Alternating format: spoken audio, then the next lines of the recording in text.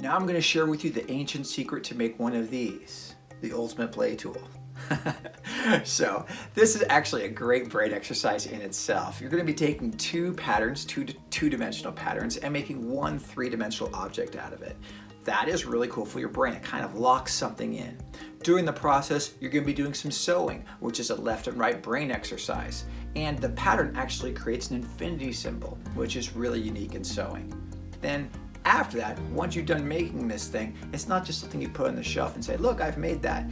This is now the ultimate play tool. You can keep them in your pocket and play anywhere you want. Catch with somebody, throw, dodge, bowl stuff, basketball shots, knock stuff down with it. Do what you want. It's up to your imagination. But then you can also gift them away to other people to help transform our world. So stay with the process. I hope you guys enjoy making your own hacks. This is a great thing to do. Thank you so much. Have fun. All right, so this is going to be a little tutorial video on how to make the ultimate play tool, the HACKiDO. We're going to need this right here, which you could download at hackido.org, and that just has your stencil as well as your funnel right there. So we're going to need scissors for that part to cut those out. Right here I have some fabric. I use hemp fabric, but you can use whatever pattern you want or whatever type of fabric you want, as long as it's thick. You don't want too thin of a fabric. This is industrial strength thread. This is nylon thread. You can get this at shoe stores, if you will. They usually have it waxed. And you're gonna need about 1 meter of that, or 3 feet or a yard. And then we have a needle, and I use a tapestry needle for safety, so it's less pointy. I'll put that to the side right there. These are hemp seeds, which is what I fill it with. You're gonna need that. And you're gonna need a standard Sharpie. This is an extra thick one, but a standard one will do. You're gonna need a piece of cardboard, and this is just like a cereal box cardboard. That's what I use for that. Now, first thing we're gonna do is, once we have this thing ready to go, we're gonna cut out the stencil. So we take this, and let me just go ahead and cut that out really quickly, and we'll show you what we're gonna do from here. So go like this, cut around there. Now this doesn't really need to be precise. It's not really, the most important part is gonna be the inside part, so the outside part doesn't matter that much, but cut around that. Okay. Got that really good-ish. Sweet. Boom. Cut that out.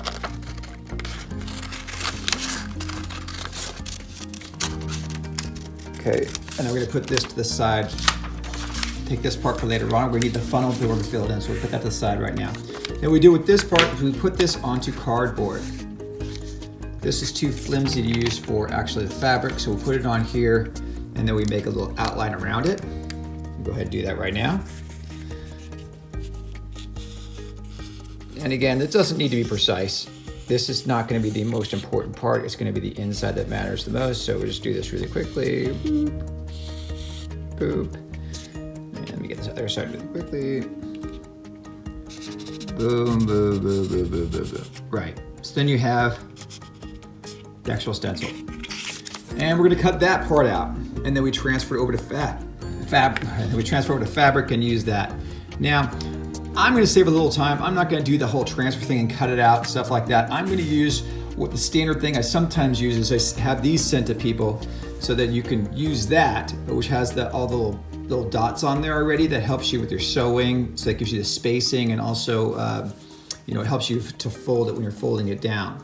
If not, what you could do is when you have the outside stencil, you just fold it right along that part right there. That's about how much you're going to be folding into it to create the sewing.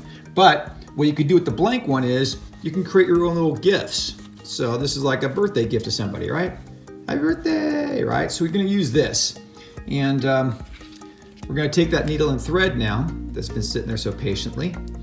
And we're going to thread the needle. Now this part might be difficult to do over the camera because I'm looking at the camera as I'm doing this, but I did it, yay! And what we're going to do is we're going to pull it through, and we're not going to do it all the way halfway. So we're going to keep on going until we have, it's about that much left over. So it's not exactly halfway.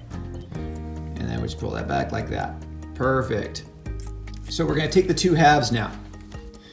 We have one line right here, so this is going to be the one starting place. You fold this part over like that, And then there's this little dot right here. It's also on the actual pattern piece, so it shows you this will have a kind of like where it's gonna be on there as well, right? So we have this like this, push it through this one dot, so it goes to the other side, through the other dot right there. And we take this piece right here, and instead of going on that side, we're gonna go this side right here. Let's fold that down right there. Come to this part right here, and push it out the other side. Okay. And pull it through. All right, so now what we're gonna do is create a square knot right here. So a square knot goes like this. We have the long side, remember the long side and the short side. We're gonna take this short side, we're gonna come in front and go underneath and through. Just pull that down like that, perfect. And then we're gonna take that short side again and go back in front the other way, come underneath and through and pull it down. There's the square knot. So now what we're gonna do is we're gonna take this part right here, the short side, and we're gonna tuck it between the folds so it goes right in between right there, just like that, perfect. So as we go along here, we're gonna keep on folding the fabric underneath. So the dots really help when doing this, but it's not that important. I've done many of these without having the dots there, but I'm just using it right now for simplicity. So now what we're gonna do is the first blanket stitch, if you will. So we take this and we're gonna bite about the same distance that the dot was there. So we take about that much fabric, push it through. Then we take this part from the last place that we were at and we go underneath like that, just underneath, and then we pull this through. There we go, that's the first blanket stitch. Now to finish up the hack, we have to do about 39 of them. So I'm gonna do this right now. If you notice that the stitching is loose, at any time you can tighten it. Just start from the first loose stitch, take the needle and pull until it's tight, and move along each stitch until you are good to go. Sometimes it gets stuck.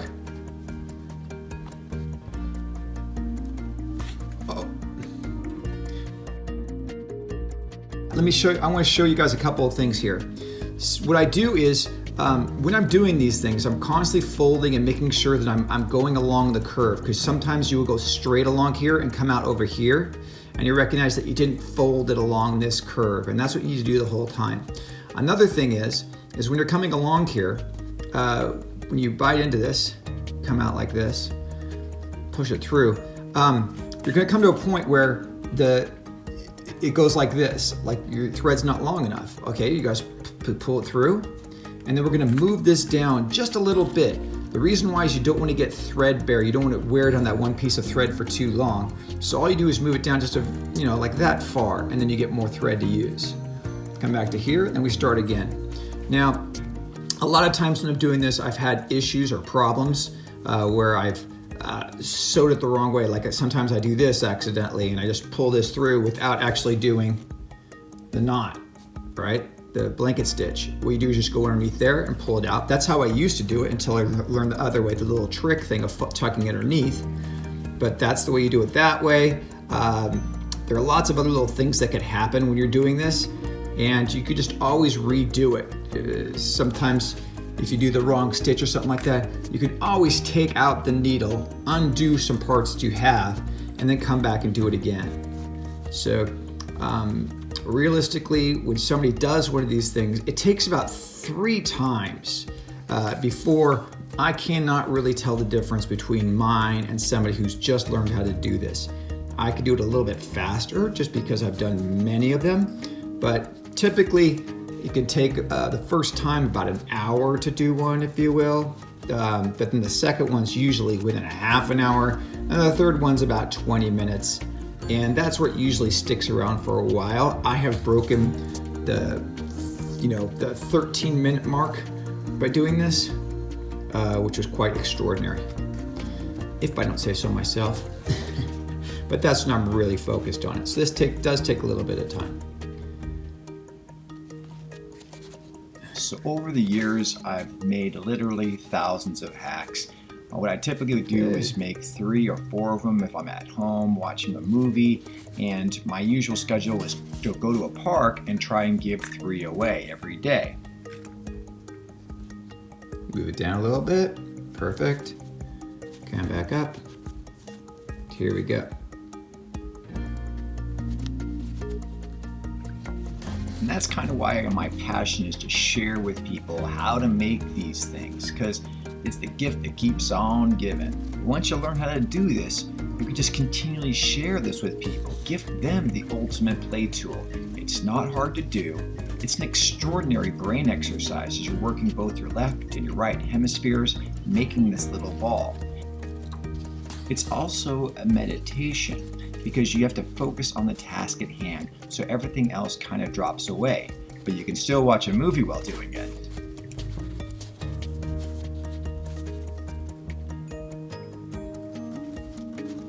So some practical tips and things to be aware of. As you're moving around the hack, make sure you're going with the curves.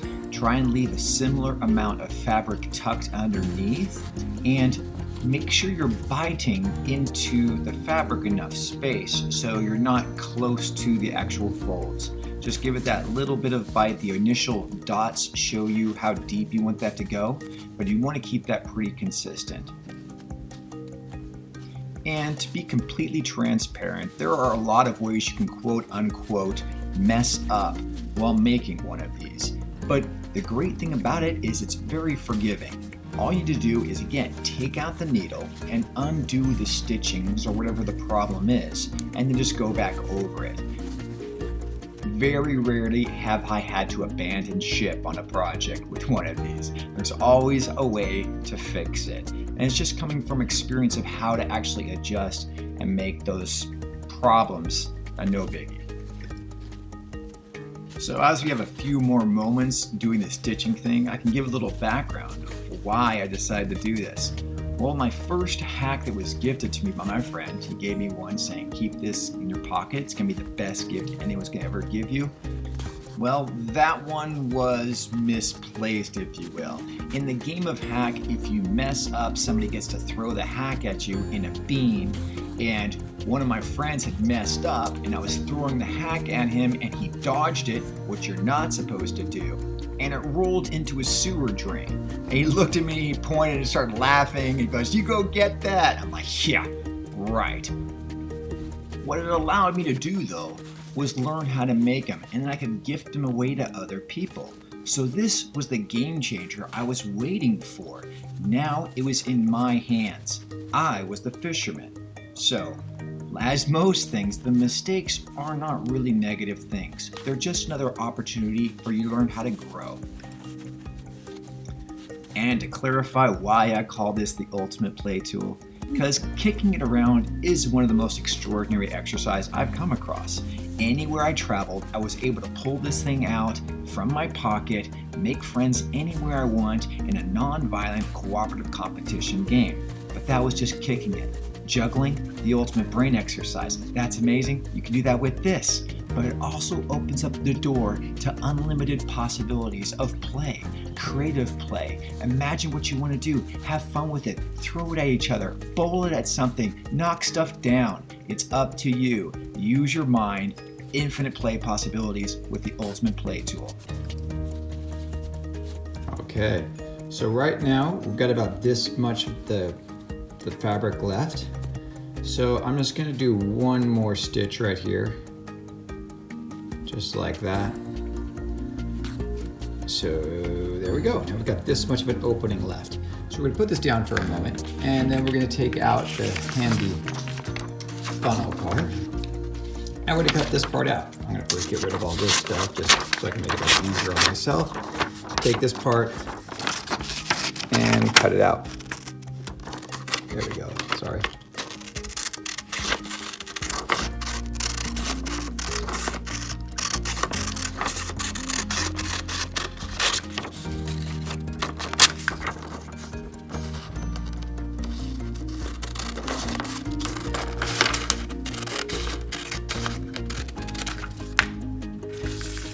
This part.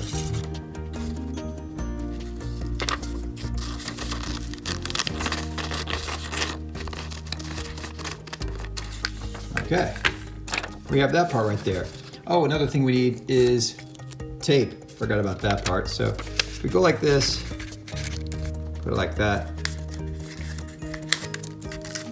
Just take the tape and put it across like that. Right to there. Then we have our little funnel. Perfect. So we take this, and put that in the hole right there. Stays like that. And then, wait, for a second, look at this first. I'll open this part up right now. Then we got the seeds ready to go. Put this back into here. Like that. And I have a little scale on there showing you how, how much you can fill it up with. You'll know better once you start filling it up. So we're just gonna pour it in there. Like that. Okay, this is the part that's kind of fun, if you will, because you gotta move it around and push your finger in here to help push the seeds into the actual hole. You gotta move this part around to create some more space in there and keep on manipulating it, if you will.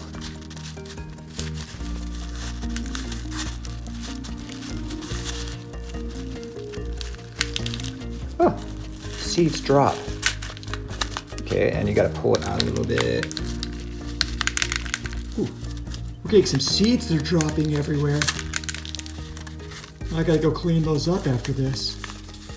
But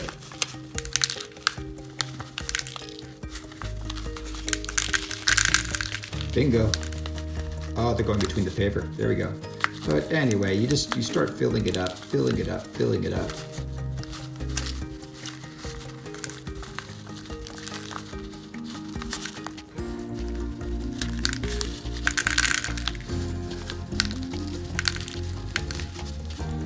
You might get some seeds dropping.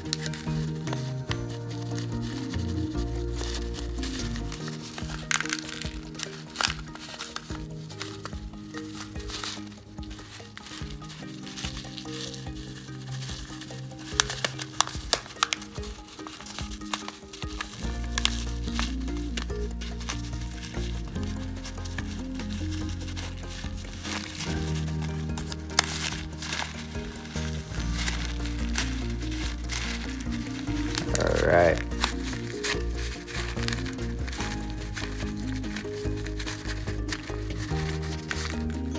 Okay. I'm just gonna try and minimize seed spillage here, so I'll pour some back into here. And basically there you have it. Now you can pack them a little bit more initially if you'd like. It's not bad, it's a soft one. Soft ones are kind of cool. So if we go like this, then we finish it up.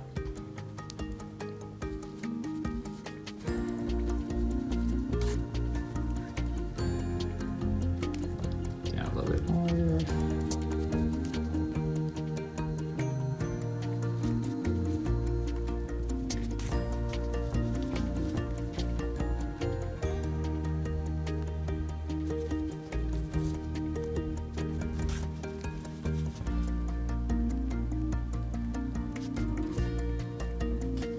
Okay, so with this last one, we're gonna go past this first knot here, just to lock it in even more.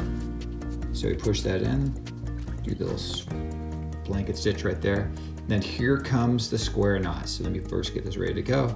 I'm gonna pull it down a little bit, right there. So here comes a nice square knot. We're gonna twist it around so it's pulling back against this way versus this way, which is, so we just pull back that way. And we're gonna first come in like this, come through, pull it through. And we're gonna create this little loop right here. See that loop? Perfect. We're gonna come through it this way. All right, so it comes through the loop, grab the needle, and then it's gonna create another smaller hole right underneath there. Okay, and that's where we wanna go. So not through this one again, but through this one, the small one right there. Pull that in, okay? And we start pulling on it. And you're gonna have to manipulate this sometimes to start sliding down. It sometimes gets stuck here like this, but you keep on manipulating it, pull it around, and eventually start sliding down. Now you want to make sure that you get this up a little bit too, so that one part gets tucked in there, or else you could create the knot too soon. But you keep on pulling on it, and that's going to tighten it up into there. So then we take this part, we go between the fabric right there, find that spot between, okay? And then we push it through the other side, then you go through the other side, it comes out that way. We pull on that, tighten it, take the scissors again, oops, and we cut right there. Or close tighter if you want, but it goes inside the thing. And there you go. There you have it. Happy birthday gift, right? It's the ultimate play gift. Give this to anybody, you can stoke them out. They've got the ultimate play tool. You put your love into this thing, you've created it for them. It's something you've made. It's a wonderful thing to gift yourself or other people. Thank you so much. Hope you enjoyed this. Aloha.